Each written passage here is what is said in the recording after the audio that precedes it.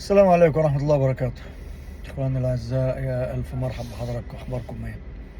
لعلكم بخير إن شاء الله تبارك وتعالى. قدرنا يعني كأس العالم، الدنيا مولعة وإحنا ليل ونهار بنترقب أخبار نادينا الحبيب، وأقسم بالله أنا متشوق لعودة الدوري بطريقة أنتوا لا تتخيلوا. الواحد كأن ناقصه شيء مهم جدا جدا جدا في حياته عشان يتفرج على الزمالك أيا كان مين، ايا كان فين. انا بالنسبه لي عشق. انما يعني نتعشم ان شاء الله تبارك وتعالى ان تكون الدنيا كويسه. يعني الاخبار الجديده، اخبار الارض، اخبار جميله واخبار مفرحه، بس يعني احنا ده على المدى البعيد شويه. انما اللي احنا فيه حالا ده موضوع. واخونا مدحت، اخونا ممدوح عباس طلع قال بيقولوا استراحة محارب. مش فاهم انا، انت سايبنا في الوقت اللي احنا اصلا مش لاقيين ناكل فيه، وكان يعني عشمنا كله وعمالين نقول انت هبة الله للزمالك وخلافه، وجاي تقول استراحة محارب، تاخد بعضك وتمشي كده؟ طب بعدين؟ طب مش تظبط الدنيا وتظبط العجل وتمشي؟ ولا هو الرقم كان كبير ولا ايه بالظبط؟ ولا طب يا عم المصايب اللي احنا فيها دي، وانا تارك الدنيا لمجلس الاداره الجميل اللذيذ اللي هيحل واللي هيظبط. وانا متاكد. انا يا سيدي انا مش عايزك تتاكد وما متاكدش، انا عايز الدنيا تتظبط يعني. طبعا وشكرا ليه على كل اللي هو بيعمله، انما يعني دائما وابدا لما بنبقى منتظرين الكثير نلاقيه بيمشي باختفى. طب مزيزو مشي، الصفقات عينيا اجيب لكم صفقتين يكسروا الدنيا ويقلبوا موازين الدوري المصري، مفيش. فك القيد مستنيين، مفيش. الحاجات كتيرة هو بيحلها، انما المتقلات دي بي بيختفي المحترم ممدوح عباس، ولعل الدنيا خير يعني. كلنا رضا عبد العال، واي حد يعني فاهم انه حسام حسن فوق النقد يروح يقعد جنبيه، عشان مش عايزين خوته ووجع دماغ.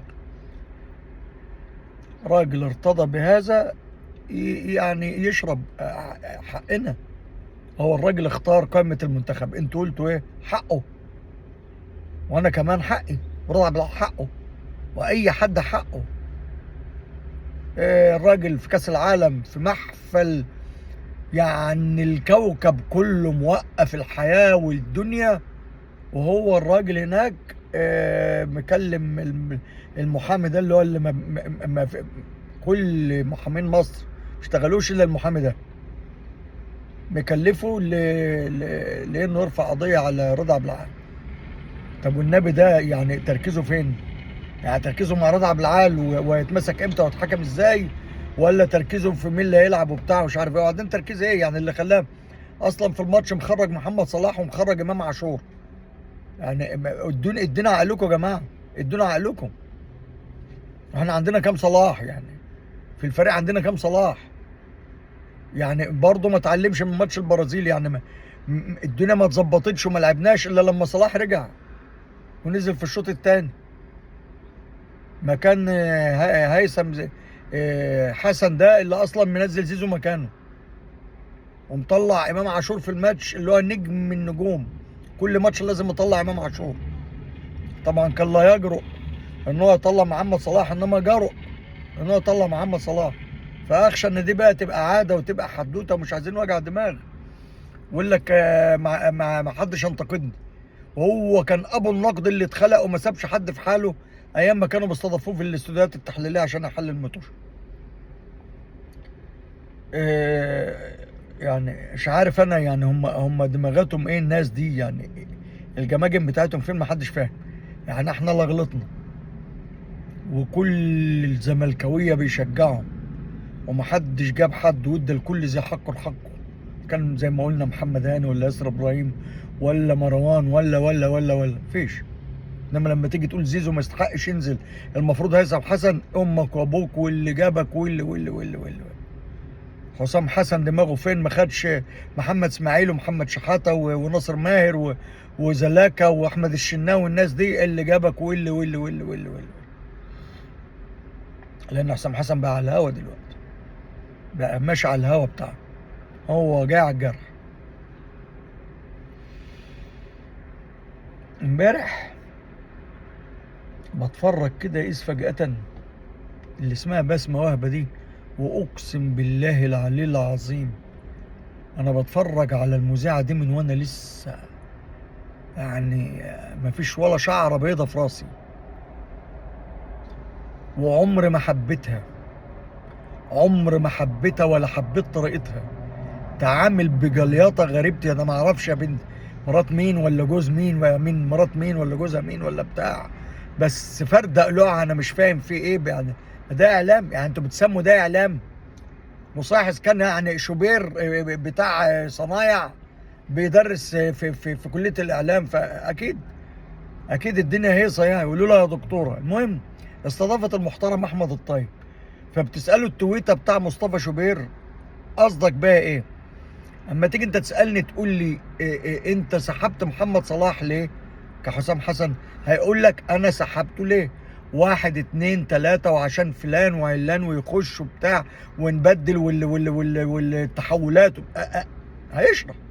تاني لسه بيشرح تقول له مش عارف ايه، يقول لها طب اديني فرصه اتكلم، تقول له لا انا المذيعه وانا اللي اقول، وانا مذيعه ايه ونيله ايه؟ ما تسيب الراجل اخر ما زهق منها ساب لها الدنيا ومشي. ما هي رخامه، الحق بلاغ الحق بس، هو ده اللي انتوا فالحين فيه. انما نقد ما فيش نقد. حسام حسن سايب كاس العالم وعايز يرفع قضيه على رضا عبد العال عشان بينتقد، وطبعا الهانم دي في مليون واحد انتقدها، هترفع قضيه على مين ولا على مين؟ محدش فاهم. ايه الرخامه دي؟ ايه الجلياطه دي؟ وانا مش عارف وانا حاجه ايه يا ست في ايه؟ اقسم بالله انا بتفرج عليك عشان احمد الطيب اشوف قال ايه، مش عشانك.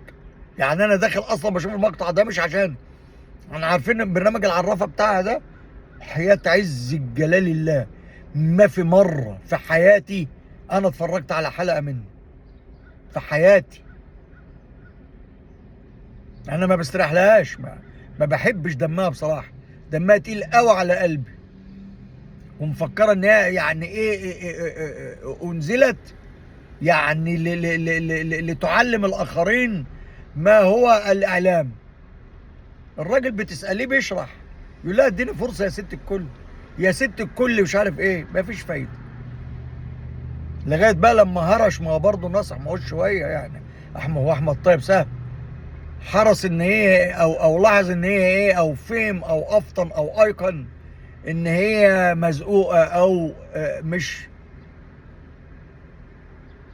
فتقول له قول لنا، يجي يقول ما في، يقول لها طب يا ست سيبيني اقول لك، تقول له طب كذا، يقول لها طب ما تخلينا اخلص ده، انت بتاخديه من هنا لهنا، تقول له انا اعلاميه او مذيعه من حق اخدك، يقول لها لا انت بتساليني اديني فرصه اتكلم وبعد كده اسالي اللي بعديه، انت بتساليني اشرح لك.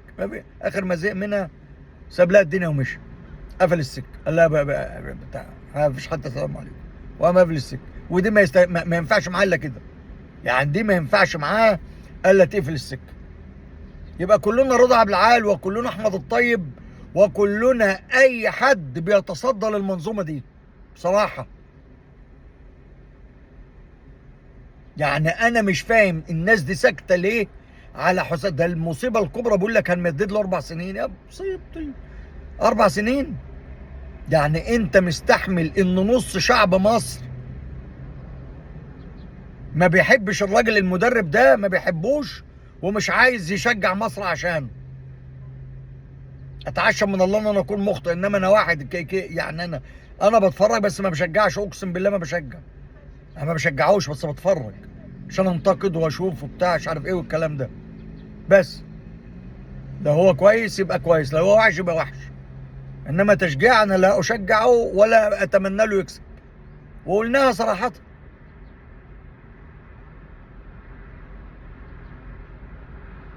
اقول لك هيمضوه 4 سنين، يعني ما كفهمش ان نص شعب مصر ما بيحبوش ومش عايزه يكسب، عايزينه يفرضوه علينا عشان نفضل كمان 4 سنين ما نشجعش منتخب مصر. تخيلوا، شفتوا الجبروت. انا هي البلد دي ماشيه ازاي يا جدعان؟ يا جدعان معانا رئيس الجدع. انا بحب دايما اقول عليه جدع، لان الرئيس السيسي ده جدع بجد. شوفوا مواقفه وشوفوا احترام الدنيا كلها ليه. يعني تتفق تختلف، ترامب اقوى واعظم، والعظمه لله والقوه لله، اقوى واعظم رئيس دوله في الكوكب. شوفوا الاحترام المتبادل والحفاوه اللي بيكلم بيها السيسي، حاجه رائعه رائعه رائعه رائعه. فده راجل جدع. كل الناس قالت بتوصيات منه رجعت لنا ارض اكتوبر، يعني او الارض البديله. يسكتم لا، هنخش افريقيا. يسكتم لا، هنعمل صفقات. يسكتم لا، هنسافر بطياره خاصه. يسكتم لا، هنتعاقد مع مدرب اجنبي. يسكتم لا، هنجيب بزيرة. يسكتم لا، هنجيب عداد دباغ. يسكتم لا. الحاجة الوحيدة اللي سكتوا فيهم ما سمعناش سيرة ذكر فيهم لما أرض أكتوبر اتسحبت. بعد سنة من المعاناة وطفح الدم ومش لاقيين ناكل، جابوا الأرض البديلة، بقت الدولة متزملكة. طب يا جماعة، أمال الناس حضراتكم اللي سحبوا الأرض دي من سنة وسابونا مش لاقيين ناكل، مش لاقيين ناكل. اللعيبة بتلعب ببلاش، بتستلف عشان تعيش، مش متزملكة الدولة بقى. انما لما الدولة تقرر ان خلاص بتوصيات من رئيسنا الجدع، رئيسنا البطل عبد الفتاح السيسي، ووزير الشباب والرياضة الاهلاوي المحترم جوهر نبيل، ووزيرة الاسكان المحترمة، وكل من له، والاستاذ محمد مجاهد بتاع اتحاد الكوره. انا ما اعرفوش، بس يعني يقال ان اللي هو ماسك تقريبا اللجنه الرياضيه في مجلس الشعب، او مش عارف المسمى. كل دول فضلوا مباحثات، ومؤخرا بيقولوا المهندس هشام نصر، وانا اشدت بهشام نصر، واللي عاجبه عاجبه. يعني انا بالنسبه لي، ناس كتيره قوي بتتكلم وتقول انا بالنسبه لي مفيش حد داخل دماغي في المجلس ده كله الا هشام نصر. ليه؟ لانه راجل وقوي وقادر يتحدى في كل مصيبه. الكل يمشي الا هشام نصر يطلع يتكلم. ده راجل وجدع وجريء ومحترم ومثقف. ويعني انا يعني لا اعرفه ولا ليا فيه، بس انا بقول لكم انا شايفه راجل قوي، ان يطلع في وسط كل الهبل ده وتجيله الجرأة ان يطلع ويتكلم، والكل بيهرب. محدش اصلا واجه هذا الموقف، هو واجه ده اكثر من مرة. فيقال ان هو كان له فضل برضه في الارض البديلة. خدنا الارض البديلة، بقت الدولة متزملكة. طب يا شوية معرضين، الدولة متزملكة، ولما حضراتكم سحبوا ارض اكتوبر مننا، لما يعني سابونا مش لاقيين حتى تمن المية للاعيبة، تمن ازاز المية مش لاقيينها. ما كانتش الدولة متزملكة. انما بعد سنة لما لا يصح الا الصحيح، يعني المفروض هناخد ارض بديلة، ما مش هتفضل الدنيا كده. يقول لك لا، زملكة الدولة. انتم الصواميل بيقولوا عليها ايه؟ الاسبريتير، لا مش فاكر انا كنت بقول ايه، حاجة كده في العربية، بس هفتكرها وبقول لكم. حاجة كده مش فاكر، قلتها قبل كده في اكتر من فيديو. ال ال ال ال الابلاتين، ممكن الابلاتين بتاعكم لاسع شوية، ممكن هي كده مش ماشي، مع ان ماشيه الابلاتين لاسع. ركزوا وفوقهم، وكل كلامكم العبيط ده مش فارقنا في حاجة. احنا ارضنا جات لنا، وان شاء الله هننفذ وهنعيش وهنصرف وهنتبسط، والحمد لله رب العالمين من قبل كل الحدوته دي. ورجعوا له الفيديوهات، قلنا ان شاء الله تبارك وتعالى هنمشي وهنتبسط وهنظبط الدنيا بأمارة ما قلت. حتى لو لم ننجح في إبرام صفقات جديدة علشان